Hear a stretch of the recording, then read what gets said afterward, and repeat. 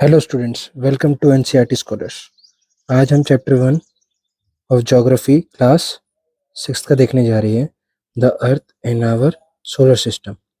तो चैप्टर में एंट्री करने से पहले सब बच्चों को बता देते हैं, आज इस चैप्टर में पढ़ने वाली है कि भाई solar system, what is solar system, है ना।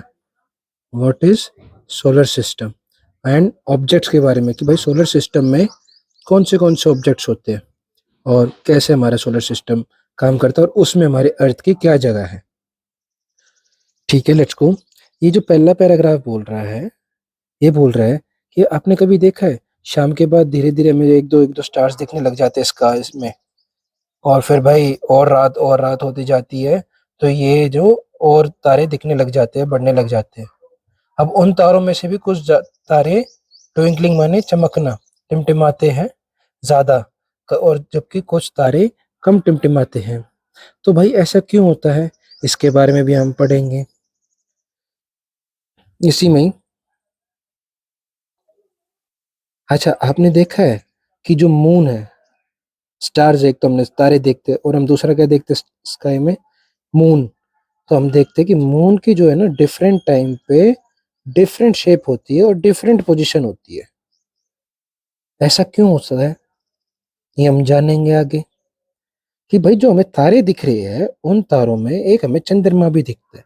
अब चंद्रमा के साथ क्या है कि भाई डिफरेंट टाइम पे डिफरेंट शेप दिखेगी और उसमें डिफरेंट पोजीशन होती है। हर दिन आप चंद्रमा को देखोगे, आप नोटिस करना, अगले 15 दिन के लिए उसकी शेप बदलती जाएगी। और आप और अच्छे ध्यान से नोटिस करोगे तो आप देखना थोड़े 1 महीने के अंदर उसकी पोजीशन भी बदल जाती है। तो इसमें क्या होता है भाई, अब इसमें फुल मून आएगा ओनली वंस, महीने में एक बार ही आता है full moon day. Full moon night होती है जिसमें हमें पूरा चांद दिखता है अच्छे से, जिसको हम क्या बोलते हैं, पूर्णिमा। ठीक है।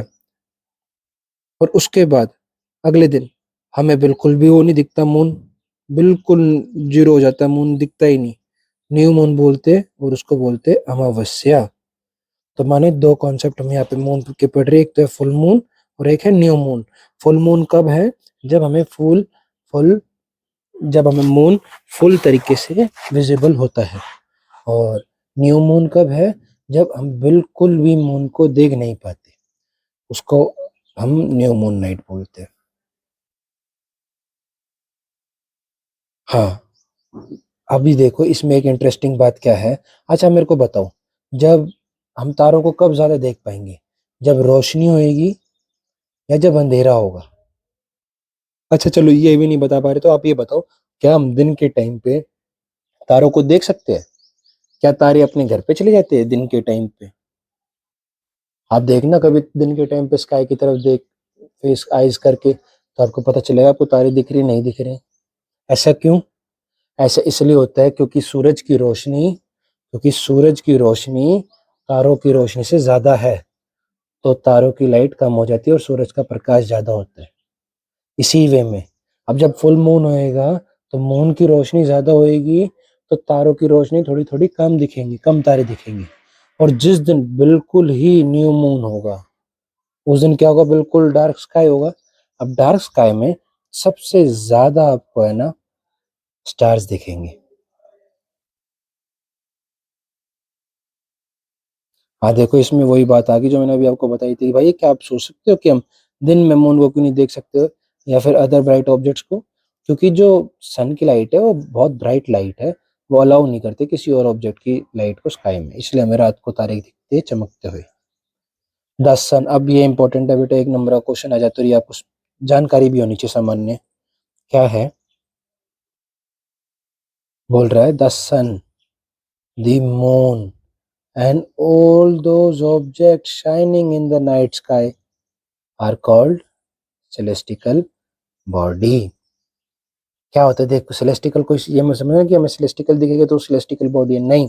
सेलेस्टिकल बॉडी मीन्स जो भी हमें आसमान में चमचमाता हुआ, टिमटिमाता हुआ, लाइट प्रकाश करता हुआ हमें ऑब्जेक्ट दिख रहा है, उसको हम सेलेस्टिकल बॉडी बोलते हैं। जैसे कि मून हो गया, सन हो गया, मून हो गया, और हर वो ऑब्जेक्ट जो हमें रात को स्काई में टिमटिमाता देख मिलता है, उसको हम क्या बोलते हैं, सेलेस्टिकल बॉडीज। चलो, इतना तो मैं आशा करता हूँ आपको समझ में आया होगा। अब हम चलते हैं स्टार्स के पास। A sky full of stars, अब हम देखते हैं तारों को। क्या है भाई, बोल रहा है कि इन्हीं में से कुछ सेलेस्टिकल बॉडी के पास है ना बहुत, जो कुछ सेलेस्टिकल बॉडी बहुत ज्यादा बड़ी और गर्म होती है, और वो किस चीज की बनी होती है? Stars are made up of gases. अब देखना ये फीचर्स है इसके, उसके पास अपनी लाइट भी होती है और अपनी हीट भी होती है, जो कि वो एमिट, एमिट माने निकालना, अपने आप से निकालता है। अरे देखो ना, जब तारा अपने आप से रोशनी निकालता है तभी तो हम उसको देख पाते हैं। अगर वो रोशनी इमिट नहीं करेगा तो क्या हम तारे को देख पाएंगे? ऐसे। तो ये जो सेलेस्टिकल बॉडीज होती है इनको हम स्टार्स बोलते हैं। और देखने की इंटरेस्टिंग बात बेटा, जो सन है ना, ये भी एक स्टार है। अब ये हमारे पास सबसे क्लोजेस्ट स्टार है, इसलिए सन इतना ब्राइट होता है दिखने में। अब वो देखो, जो भी हम तारे रात को देखते हो, कितनी लाखों बिलियन मिलियन कितनी लाइट ईयर्स अगो दूर से हमें देखने को आते होंगे, तब भी वो ऐसे हमें टिमटिमाते हुए दिखते हैं। आपको समझ में आ रहा है? कि जो सन है वो भी एक स्टार है। अब क्या कह रहा है? Countless twinkling stars are similar to but we don't feel their heat there. अब वही बात हुई ना, रात को हमें रात को आसमान में जब हम देखते हैं तो हमें बहुत सारे ट्विंकलिंग स्टार्स मिलते हैं, पर हम उसकी हीट को फील नहीं कर पाते, उसकी लाइट को नहीं देख पाते, और वो बहुत छोटे छोटे हमें दिखते हैं। क्यों? क्योंकि वो हमसे बहुत दूर है। समझ में आया? Let's move forward now. You must have noticed that all objects look similar when seen from a distance. How small looks when while watching the night sky, you may notice the various pattern formed by the different groups of stars. अब ये मजा आने वाला है। इसमें क्या बोल रहा है भाई? रातों को तारे दिखते हैं ना, तो आप देखना उन तारों में उन तारों में क्या होता है, different groups of star in एक पैटर्न बना रहे होते हैं, एक आकार बना रहे होते हैं, जिनको हम क्या बोलते हैं? कॉन्स्टिलेशन। ये याद रखने का ही ये बच्चे कंफ्यूज होते हैं इसमें। कॉन्स्टलेशन क्या होता है? कॉन्स्टलेशन होता है कि भाई रात को जो stars, different groups of star जो पैटर्न फॉर्म करते हैं उसको हम कॉन्स्टिलेशन कहते हैं। अब इसमें क्या आता है? इसमें हमारी ये शब्द याद बहुत जरूरी रखना। क्या है? उर्सा मेजर और बिग बियर, इनमें से एक कॉन्स्टिलेशन ऐसी है। अभी देखो, हमने पहले हमने पढ़ा भी था, सप्तऋषि का एक पैटर्न फॉलो हो रहा होता है इसमें कॉन्स्टिलेशन में। कॉन्स्टिलेशन क्या है? आप वेरियस ग्रुप्स ऑफ स्टार्स, है ना? तो एक सप्तऋषि का सात तारों का एक वो बन रहा होता है आकार, जिसको हम बोलते हैं सप्तऋषि। इट इज फॉर्म्ड ऑफ, ये किसका बना, ये किस में बनता है? कौन सी कॉन्स्टिलेशन में? उर्सा मेजर कॉन्स्टिलेशन में। कभी अपने घर में ना दादा परदादा होंगे, ये पेरेंट्स होंगे, आप उनसे पूछना कि क्या आपने कभी स्टार्स की आकारों को कभी देखा है? क्या आपने उसमें कुछ आइडेंटिफाई करने की कोशिश करी है? देखो बच्चों, मैं तो हर रात को आसमान देखता हूँ, और जो मेरे को आकार दिखता है मैं उसको नोटिस करता हूँ। और आज अभी जैसे कि हमारा अभी चल रहा है मार्च, अभी आप स्काई में देखोगे तो काफी आपके पास प्लैनेट्स आपको देखने को मिलेंगे। आपको एक रेड ब्लिंकिंग स्टार्स मिलेगा जिसको हम मार्स बोलते हैं, मार्स भी आपको देखने को मिलेगा, वेनस देखने को मिलेगा, और पोल स्टार तो हमेशा उसमें स्काई में होता ही है। आज आप देखते हैं पोल स्टार क्या है। और पता है, पोल स्टार को देख के पहले लोग रास्ता पता लगाते थे, जैसे आज जीपीएस पे देखते तब पोल स्टार देखते थे। तो let's figure out how pole star helps in finding our route. तो पुराने टाइम में क्या होता था, जो पीपल थे वो डिटरमाइन करते थे अपनी डायरेक्शन को, कि भाई निकल आया कोई एक, उससे दूसरे उस देश में जाना है, जंगल और भाई पहाड़ चोटी सब पार करता हुआ आ रहा है। तो रात को रुकते थे ना जब, तो रात को देखते थे यार मैं कौन सी डायरेक्शन में जा रहा हूँ, कैसे? With the help of star, तारों की सहायता से। तार कैसे सहायता कर रहे हैं भाई? तो हमारे उसमें जो स्काई में एक नॉर्थ स्टार होता है, जिसकी पोजीशन क्या होती है? नॉर्थ डायरेक्शन में। इसी को हम पोल स्टार बोलते हैं। क्वेश्चन आ जाएगा पोल स्टार की पोजीशन कौन सी डायरेक्शन में, तो कौन सी डायरेक्शन में? नॉर्थ डायरेक्शन में। इट ऑलवेज रिमेन इन, ये हमेशा सेम। अभी यहाँ ये क्वेश्चन आ सकता है कि भाई ये तारा चेंज भी तो होता रहता है। नहीं, ये हमेशा सेम रहता है स्काई में, और हम पोल स्टार को बहुत आसानी से लोकेट कर सकते हैं विद द हेल्प ऑफ सप्तऋषि से।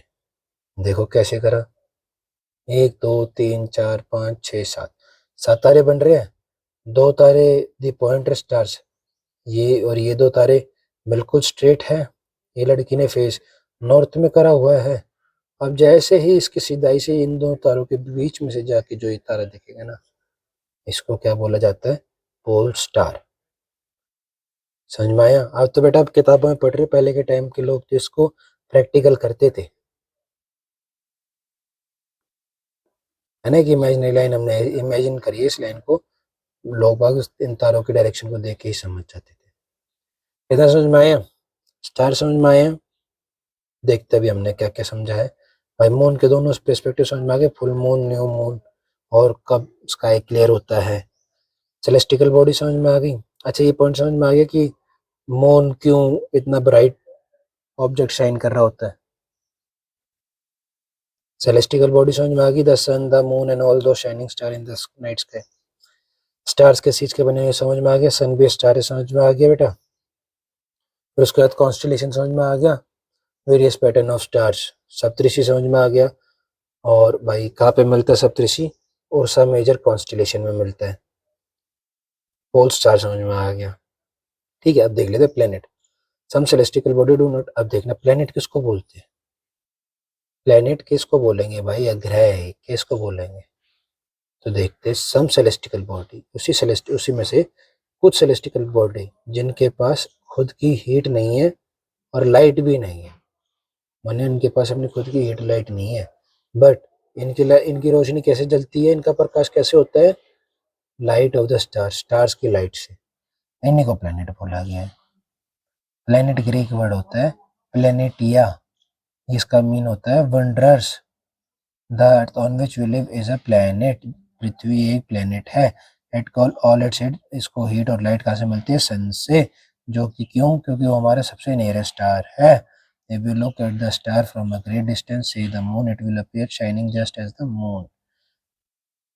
The moon that we see in the sky is a satellite. अब देखना गजब की बात, जो आप मून देख रहे हो ना, वो सैटेलाइट है बेटा। It is companion of earth. Earth के चारों ओर, अर्थ का साथी है और अर्थ के चारों ओर घूमता है। लाइक जैसे कि हमारे अर्थ और अदर 7 अदर प्लैनेट्स को हीट और लाइट मिलती है सन से, और इन्हीं में से कुछ प्लैनेट्स के बाद अपने मून भी है। समझ में आया मून की कहानी? मून बोल रहा है कि सैटेलाइट है और ये अर्थ का कंपेनियन है, माने कि अर्थ में से निकला हुआ पार्ट है, और ये सन के और ये अर्थ के चारों ओर घूमता है, जैसे कि पृथ्वी सन के चारों ओर घूमती है। ठीक है, अब भाई वही बोल रही है कुछ, ये महिला कुछ बोलने की कोशिश कर रही है। इंटरेस्टिंग फैक्ट क्या कहती है? आ जाएगा पेपर में, Jupiter, Saturn and Uranus have rings around us.